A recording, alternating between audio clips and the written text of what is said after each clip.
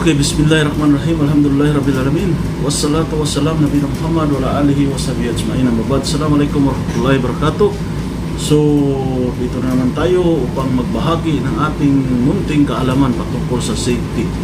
So, napakahalaga po na kahit papano ay makapagbahagi tayo ng ating munting kaalaman with regards of safety. Kasi marami pong mga kababayan natin, especially sa safety professional or safety advocate or safety or our aspirant to become as safety.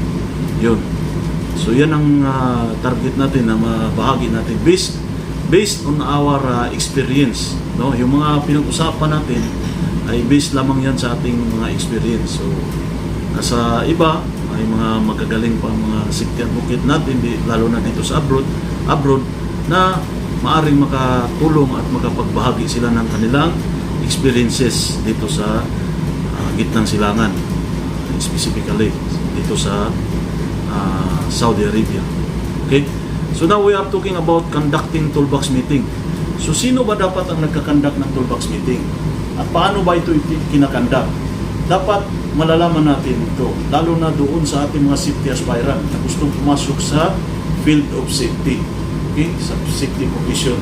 So now, how to conduct the toolbox meeting? We have the training outline, okay. So our objective of this training, we should know what is the importance of the toolbox meeting and what are those requirements. Who will be the responsible, or who is the responsibilities or responsible? Who is the responsible of this toolbox meeting? Okay, how to conduct an effective toolbox meeting? And how about the PPE? When we are going to use this one and how to use this one? Okay, risk assessment and control. Then the procedure. Okay, so these are the things that we are going to discuss. Okay, the objective of our presentation or our knowledge that we are going to share is we make employees aware of current site issues, okay, to communicate, training, pass the information, improve the HCCA performance, achieve zero incident target, take proactive approach to accident prevention, and anticipate, predict, take actions to correct unsafe act and unsafe condition. So this is our main objectives. So what is the importance of toolbox meeting? Toolbox meeting is talking to somebody to make the person understand what you will intend he should do. So ito yung ginagawa natin during toolbox meeting. Ang pinaka-importante, dapat maintindihan ito doon, lalo na doon sa mga tao na nagtatrabaho or sila yung exposed doon sa work site. So ito yung the importance of toolbox meeting. And then we should ensure that this is properly or communicated to the group in our respective site or working areas, and i-ensure natin na lahat ng mga workers natin naintindihan nila kung ano yung mga do's and don'ts, kung ano yung dapat gawin at ano yung hindi dapat gawin, kung ano yung dapat i-implement at kung ano yung dapat hindi dapat what do you call this, yung ibaliwala or walang ang tawag nito, yung hindi papansinin or hindi nila ipatupad. So dapat tutuparin nila at sundin nila kung ano yung mga programs na ini-implement natin with regards to toolbox meeting. Okay, so next, what is the importance of toolbox meeting? Enable all the crew members to understand the job at hand. So dapat alam nila kung ano yung mga, or maintindihan nila kung ano yung mga pinagtatrabaho nila or ano yung mga trabaho, lalo na kung ano yung mga hazards na mayroon doon associated doon sa kanilang trabaho, kung ano yung mga materials na kailangan nila at saka tools. So there are certain, we should ensure that the tools they are going to use is according to their job. Hindi yung gumagamit sila ng mga tools, hindi yung gumagamit sila ng tools na hindi accurate or hindi doon specific doon sa kanilang trabaho. Then how about PPE? Of course, PPE, the personal protective equipment, they should use this one accordingly, according doon sa kanilang ginagawa. Okay, hindi yung involved sila sa chemical, din ang ginagamit nilang gloves ay cotton gloves, so hindi pwede yun. Dapat according doon sa kanilang trabaho or kung saan sila na-expose doon sa trabaho. Dapat correct PPE that we are going to provide to all the workers, especially our workers at site. So make everyone to think safety before work commences. Okay? Before nila gagawin ang trabaho, dapat meron silang tinatawag na presence of mind. Lagi, dapat naintindihan nila kung ano yung mga hazard associated on their activities. So yan ang dapat natin paabot o mapaintindi sa ating mga workers. So requirements of the toolbox meeting are conducted every day before start of the job. Okay, dapat conduct natin yan every day. Mas mainam yun.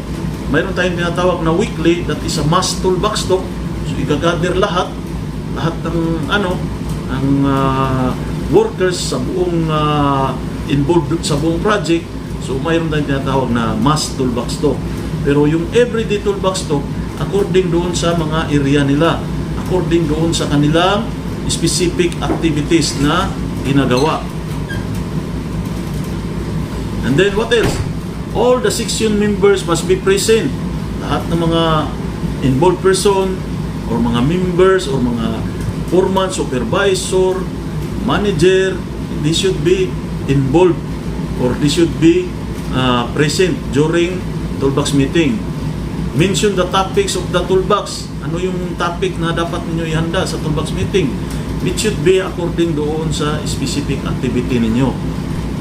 Specific na mga tools or yung mga equipment na ginagamit niyo. Yan ang i-toolbox niyo. Then read and explain all the attendees about the site instances where necessary. Okay? About the site instances where necessary. Then ask and answer question. So dapat mag-ask tayo ng question and answer tayo dyan sa mas mainam yun. Para pag mayroon silang mga doubt or mga hindi naintindihan, ay may paliwanag natin. And then take note, okay? Mayroon mga tao hindi marunong mag-English, hindi marunong mag-Arabic. So dapat kukuha tayo ng foreman, supervisor na lingwahe nila or kababayan nila na makapagsalita ng English at makapag-translate sa kanila. Kailangan natin ng translator, okay? Yun ang mas mainam during toolbox meeting. Okay? So, all the steps involved in the job must be talked about. So, ano yung mga involved or mga pagtatrabahoin doon, yung bawat step ng trabaho, dapat pag-usapan nila yun. And then, they should expose or analyze what are those hazard are maybe developed or maybe present at site. And then, we should implement what are those control measure. So natin yan, i-discuss natin. So before commencement of every job, the supervisor, foreman, or crew leader must explain to the understanding of everyone. Okay? Para maintindihan ng lahat. So sila dapat yung foreman, yung supervisor, yung leadman, sila dapat yung nagpapaintindi at nagsasalita during toolbox meeting. Ang safety officer mag-a-assist lang yan at itignan niya kung tama yung mga sinasabi. Kapag mayroong kulang, doon ka lang magdadagdag. Yun ang trabaho dapat ng safety officer. Hindi yung safety officer lang magsasalita lahat. Kasi minsan hindi natin alam kung anong step or ano ang ginagawa nila sa trabaho nila. Sila yung mas nakakalam, yung mga supervisor, foreman. At take note, dapat supervisor foreman ang dapat lagi magsasalita para mahiya sila sa kanilang sarili kapag gumawa sila ng mga unsafe act or unsafe condition na pabayaan lang nila yung unsafe condition na area na trabahoin nila yung tao. Diba? Kapag lagi nilang pinapractice na to, lagi nilang at maaari yung mga workers magbi-blame sa kanila or hindi blame, mag-complain. Bakit mo ako patrabahoin? Sabi mo kanina sa toolbox meeting, ganito, ganyan ang gagawin. Tapos ngayon, di ba? So magkaroon siya ng alinlangan na hindi gagawin yung isang bagay pagkat siya yung laging nagsasabi na ganito ang gagawin, kailangan safety tayo. Yun ang purpose kung bakit sila yung supervisor, foreman, or yung mga leadman ang magkakandak ng toolbox meeting. Then, it is a responsibility of a person that is in charge of the group or who is in charge of the group na magkandak ng toolbox meeting. It's either yung manager, regardless, kahit yung manager pwede magkakandak ng toolbox meeting. Yung supervisor, yung foreman, or yung leadman, or yung crew leader. So, sino man, pwede palit-palitan sila. Okay? How to conduct toolbox meeting? You should mention the different job stages, kung ano yung mga stage of your job. Okay? Talk about the tools and materials. Yan, pag-usapan nyo yan. Kung yung mga materials na yan ay in good condition ba? Para kung hindi, i-report dapat. Kapag nakita nila na hindi in good condition, i-report agad ng mga workers doon sa kanilang supervisor o yung mga foreman. Talk about the hazard involved. It's stages. So kada stage, kailangan mayroon na yung ma-identify na natin yung mga hazard at pag-usapan yan during toolbox meeting. Okay? Then mention the control measure. Kailangan sabihin natin kung ano ang dapat gawin at ano ang dapat nilang ihanda. So, yan ang dapat natin gagawin during toolbox meeting. And then, provide proper PPE according to their task, according to their job they are going to perform. For example, if they are involved to chemical, so chemical gloves ang gagamitin nila with mask. Then if they are involved carpentry, yung mga cotton gloves. Okay, if they are involved welding, cutting, so they use leather gloves. Then yung welding mask. So magkaiba po yung PPE na dapat i-provide natin. Magkaiba po, may specific po na PPE according doon sa kanilang mga tinatrabaho. Ang common na PPE, especially sa gloves natin, ay yung mga cotton gloves pag hindi naman involved sa mga chemical or there is a hot work. Okay? Then, what are those PPE? The mask, the helmet, the safety goggles. Okay? If there is very noisy area, so need to use air plug, then safety shoes. Yun ang mga common na ginagamit natin ng mga PPE. Then answer question to understand or to give more understanding to the group or to the members. Okay, you should ask the question. You should check their if they are understand what you are talking about. Baka nagsasalita lang kayo tapos hindi nila naintindihan, nahiya magsabi. So ask question to anybody. Okay, so yan po ang personal protective equipment when hazard cannot be eliminated. Okay, then provide and ensure the use of hearing protection, skin protection, respiratory protection, fall protection, fire protection, eye protection, etc. etc. So yan ang mga natin. So about sa tools naman, we should inspect the tools. Ensure use the right tools for the right job. Okay? Dapat alam natin yan. Ano yung trabaho nila, kung kailangan nila chisel ang gamitin, hindi yung kutsilyo. Yan, sample. For example, kailangan nila ng star screw ang gamitin, hindi yung kukuha sila ng mga ibang klase ng tools na hindi naman right tools doon sa kanilang trabaho. So ano pa, mga example natin. For example, not only the tools, even the operator. Dapat yung operator, alam niya paano i-operate yung equipment. So hindi yung ang operator ay alam lang niya ay backhoe tapos pina-operate natin ng loader. So hindi pwede yun. Dapat according sa kanyang skill. Okay?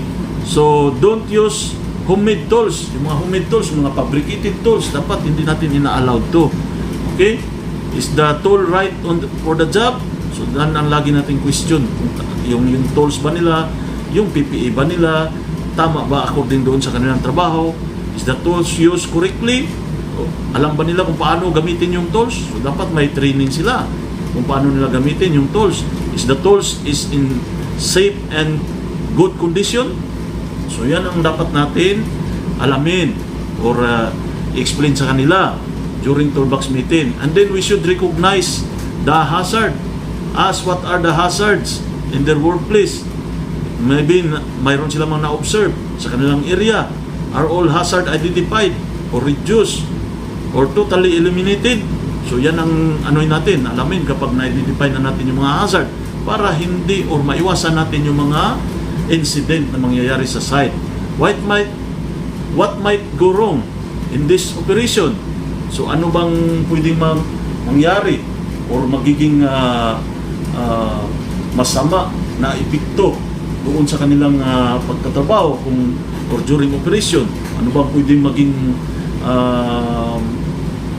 anong tawag nito, yung maging bad or it will result in a bad way or anong tawag nito, hindi ko maano sa Tagalog, yung